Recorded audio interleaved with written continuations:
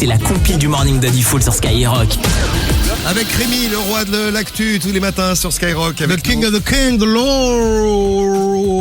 Voilà, ok. Mais ta gueule, ça arrive. Voilà dans quel état il est. C'est ma nouvelle présentation.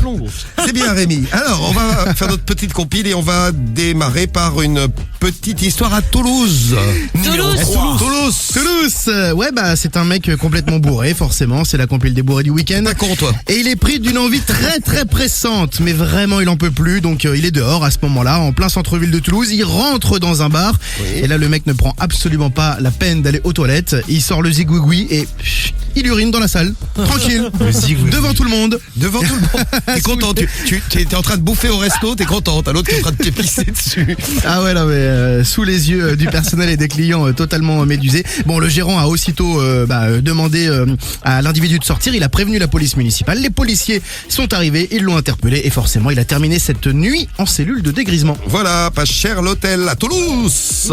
Moi, je vais vous amener du côté de la Normandie. On va aller à Caen. Numéro 2. À la place numéro 2 de la compile. Bon, un mec bourré se fait arrêter par la police. Par les gendarmes, même plus précisément. Bon, les gendarmes voient qu'il est pas très très net. Ils commencent à sortir l'alcotest, ils commencent à sortir le petit ballon. Et ils lui disent, vous soufflez dans l'alcotest. Alors le mec il fait, attendez, bougez pas. Il prend sa bouteille de whisky qui était vide aux 3/4. Se siffle la bouteille de whisky et souffle dans l'alcotest. Bon. Il est con, quoi. Il est con. Con, mais complètement bourré. Il avait déjà été condamné 9 fois quand même. Ah ouais. 9 fois pour des problèmes d'alcool. Bon, il a écopé de 6 mois de prison avec sursis, mise à l'épreuve de 2 ans. Il doit se faire soigner pour son addiction à l'alcool. Ah bon? Ah bon? Et repasser son permis. Et 90 € d'amende. Oh, le petit bonus pour le contrôle technique, parce qu'en plus sa voiture n'était pas aux normes.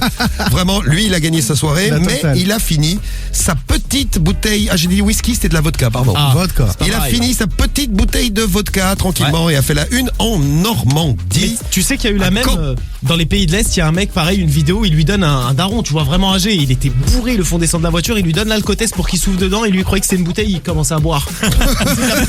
Il buvait. Ah mais il était pas mal, lui on aurait pu le mettre dans la compile Mais aussi. quitte à se faire choper, autant finir la bouteille. Exactement, c'est ce qu'il s'est dit.